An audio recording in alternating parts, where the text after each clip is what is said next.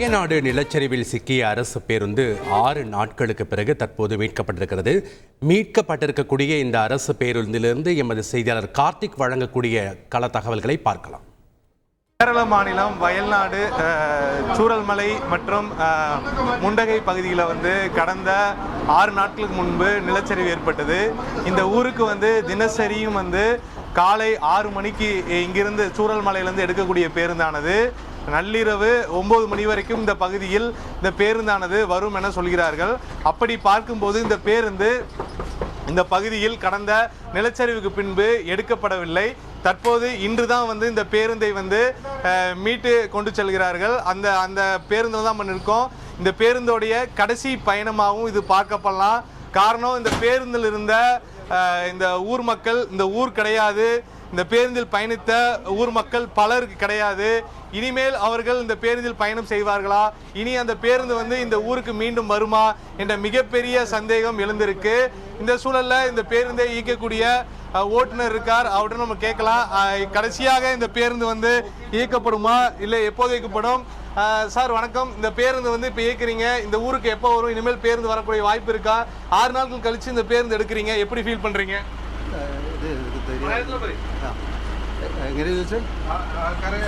സ്ഥിരമായിട്ട് വരുന്ന ആൾക്കാരായിരുന്നു. ഇവിടുന്ന് മേപ്പാടിക്ക് പോകാനും ഇതിലൊക്കെ ആയിട്ട് പോയി വരുന്ന ആദ്യത്തെ ബസ്സാണ്. രാവിലെ ഫസ്റ്റ് മോർണിംഗിൽ സ്റ്റാർട്ട് ചെയ്യുന്ന ബസ്സാണ്. 6:30 ആകുമ്പോഴത്തേനും ഇത് പോകുന്നത്, രാത്രി 9 മണിയാകുമ്പോഴത്തേനും വന്ന് ആൾട്ടാവുന്ന ബസ്സാണ്. நீங்க வழக்கமா இந்த வர்ற ரூட் அது? അതെ. இந்த மாதிரி இந்த பேருந்தானது மறுபடியும் இயக்கமான தெரியல. இப்ப இந்த ஊர் மக்கள்லாம் இருக்காங்களா இல்லையா?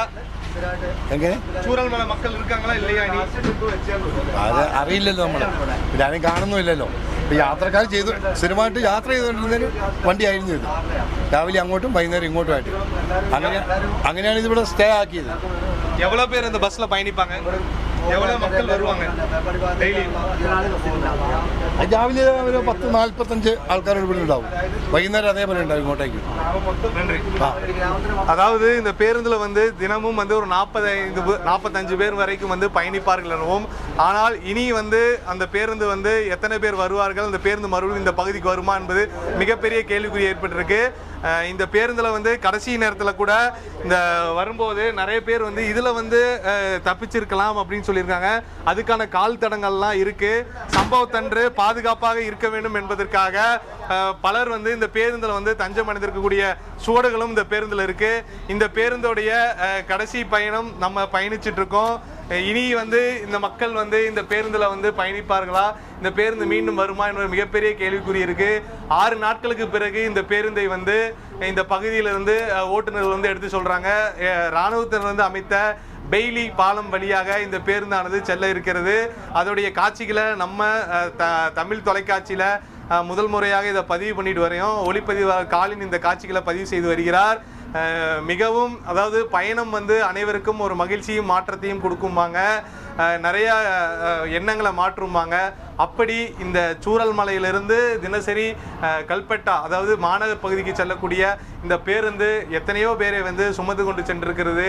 இப்போது யாருமே இல்லாத காலி இருக்கைகளுடன் செல்லக்கூடிய ஒரு சோகமான இந்த ஊரோடைய எண்ணத்தையும் அந்த நிகழ்வையும் பரிதவிப்பையும் சொல்லலாம். காரணம், யாருமே இந்த பேருந்தில் இல்லை.